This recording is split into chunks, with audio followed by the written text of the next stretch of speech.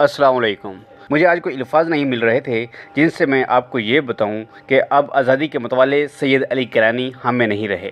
तो मैंने सोचा क्यों ना एक ऐसी वीडियो बनाऊं जिनमें मैं उनकी पाकिस्तान से मोहब्बत को आयां करूं और पाकिस्तान में मौजूद लीडर्स की इक़्तिदार से मोहब्बत को भी वाज़ेह करता चलूं। यहाँ पर आपको ये भी बताता चलूँ कि ये एक ऐसा टॉपिक है जिस पर कोई भी यूट्यूबर वीडियो नहीं बना रहा, और इसकी दो रीज़न्स हैं।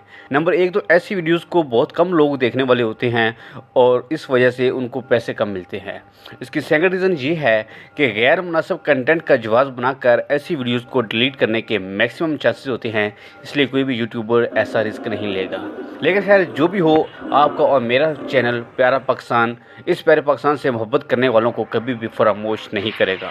तो वीडियो में आगे बढ़ने से पहले आपसे रिक्वेस्ट है कि आप प्यारा पाकिस्तान यूट्यूब चैनल को सब्सक्राइब कर दें और मेरे इस अज़म एक मुस्बत पाकिस्तान को पूरी दुनिया तक फैलाने में मेरा साथ दें। जज़ाकल्लाह।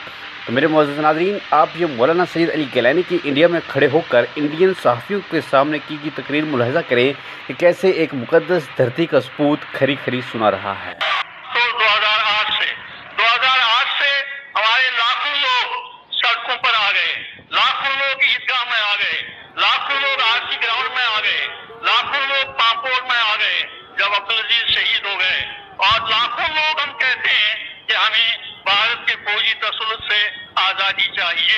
आखिर अगर आप 17 दिन के अवामी एहतजाज पर नजर रख रहे हैं, उसको अप्रिशिएट कर रहे हैं, तो हम तो गुज़श्ता 63 साल से सड़कों पर आ रहे हैं, एहतजाज कर रहे हैं, अपना मुतालबा मुक़द्दस धरती का सपूत खरी खरी सुना रहा है। तो नाज़रीन, आप देख चुके हैं कि एक लीडर का अंदाज़ कैसा होता है। लीडर कभी झुकता या झिझकता नहीं, बल्कि वो ललकारता है और अपनी कौम और धरती की खातिर अपनी सारी ज़िंदगी वक्फ कर देता है।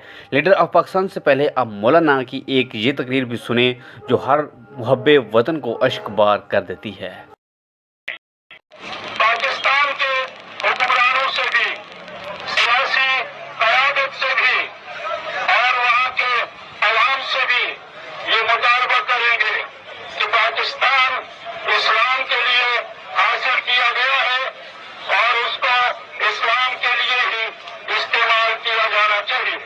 नहीं चलेगा, नेशनलिज्म नहीं चलेगा, अमेरिका का वर्ल्ड ऑर्डर नहीं चलेगा, इस्लाम चलेगा।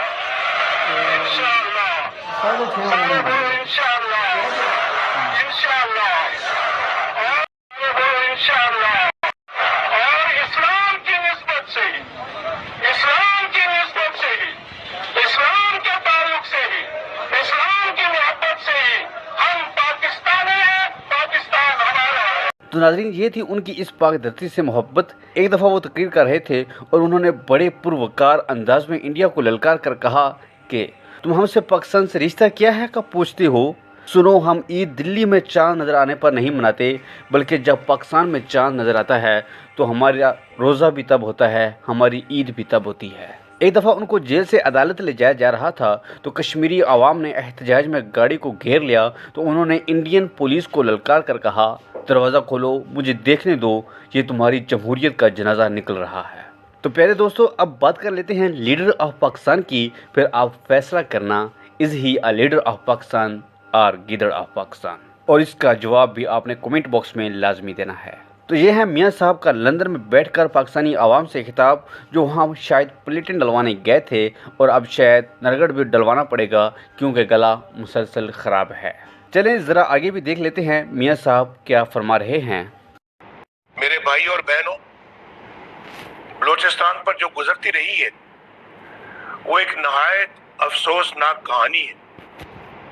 मरी, बुगटी, बजिंजो और दीगर कबाइल के साथ जो सलूक किया जाता रहा, बल्कि जो अब तक हो रहा है, वो हम सब के लिए इंतहाई दुख और रंज का बायस है। तो मियाँ साहब को सबसे पहले कश्मीर नज़र नहीं आया। जब मियाँ साहब ने यह तकरीर की उस वक्त अज़रबैजान और आर्मीनिया में जंग जारी थी, तो उनको वो भी याद नहीं आई। मियाँ साहब को फ़लस्तीन में चीखते और बिलखते बच्चे भी याद नहीं आए। मियाँ साहब को याद आया तो बलूचिस्तान याद आया, और मियाँ साहब को बलूचिस्तान का दुख शायद सोने नहीं दे रहा।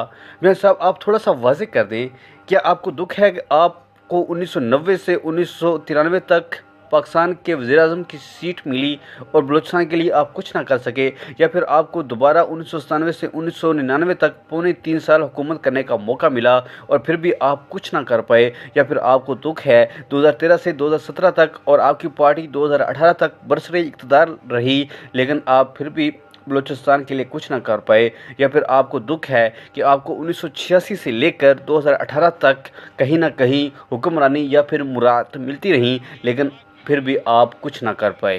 खैर, ये तो मियाँ साहब ही बता सकते हैं कि उनको बलूचिस्तान का दुख है या दुख की कहानी कुछ और है।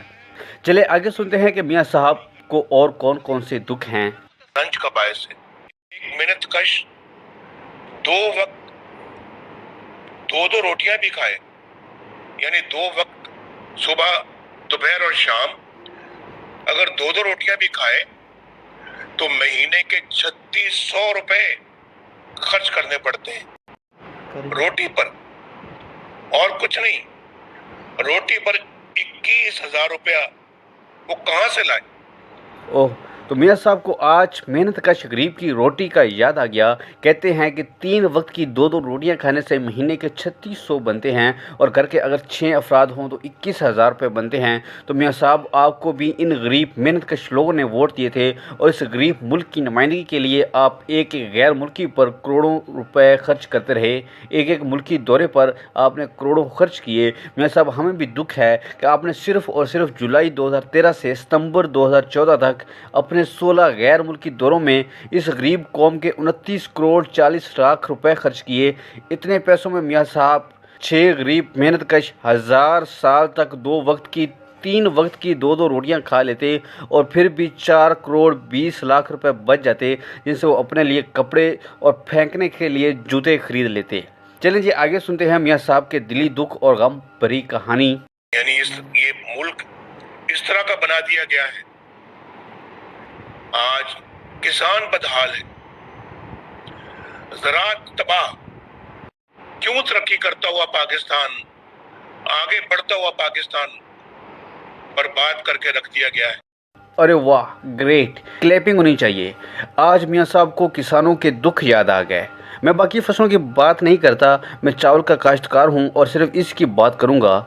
नवंबर और दिसंबर 2012 में सुपर कायनात धान की 40 किलो फ़ी मन की कीमत 1900 रुपये से 2500 रुपये फ़ी मन तक थी और वहीं कीमत 1700 से 2000 तक 2013 में हो गई। और मुझे अच्छी तरह याद है अक्टूबर 2015 में हमने खुद सुपर कायनात 960 रुपये फ़ी मन के हिसाब से और जुलाई 2016 में 1000 रुपये फ़ी मन के हिसाब से गंदम फ़रोख्त की है। और ये वक्त मियाँ साहब के दौरे हुकूमत का है जिसको वो सुनहरी और तरक्की करता पाकिस्तान का खिताब देते हैं। मियाँ साहब रोटियों का आज हिसाब कर रहे हैं तो उनको ये भी बताते चले कि उस वक्त धान के फ़ी एकड़ पर खर्च तकरीबन 25,000 रुपये था और आमदन औसतन 50 मन के हिसाब से आप किसान को 48,000 रुपये दे रहे थे। तो क्या किसान को इस बात का दुख नहीं हुआ होगा जब उसको 5 माह की मेहनत के बाद 1 एकड़ से सिर्फ 23,000 रुपये मिले होंगे? और उन किसानों का भी सोचें जिन्होंने 50,000 रुपये फ़ी एकड़ ठेके पर लेकर 25,000 रुपये ऊपर खर्च करके कुल मिलाकर 27,000 रुपये का टीका फ़ी एकड़ के हिसाब से लगवाया होगा और ऊपर से मेहनत अलग है। अब अगर आप हिसाब करना चाहते हैं तो बिल्कुल हिसाब कर भी सकते हैं। अब मुझे नहीं मालूम ज़राअत कैसे तबाह हो गई, और अगर आप इंडस्ट्री की तबाही की बात कर रहे हैं तो अब से नहीं पिछले 13 सालों से तबाह हो रही है और इसकी वजह कुछ और नहीं सिर्फ़ और सिर्फ बिजली का शॉर्टफॉल है। और ये बिजली शायद हमें किसी और ने आकर देना थी लेकिन आते आते शायद उसकी ट्रेन पंक्चर हो गई। मेरे मोअज़्ज़ज़ नाज़रीन, बाकी लीडरान पाकिस्तान की भी फिर कभी बात करेंगे। बस आज अल्लाह से दुआ है कि अल्लाह मौलाना सैयद अली गैलानी के दर्जात बुलंद फरमाए और जो उनका मिशन था उसको तकमील तक पहुंचा दे और हमारे इस वतन को रहती दुनिया तक कायम रख और इसको तरक्की और खुशहाली अता फरमा। अगर आपको वीडियो पसंद आई हो तो इसको लाइक कर दें और शेयर कर दें और साथ चैनल को सब्सक्राइब करके हमारे प्यारा पाकिस्तान कम्युनिटी का हिस्सा बन जाए। इंशाल्लाह नेक्स्ट वीडियो में बात होगी, तब तक इजाज़त दीजिए। अल्लाह हाफिज़।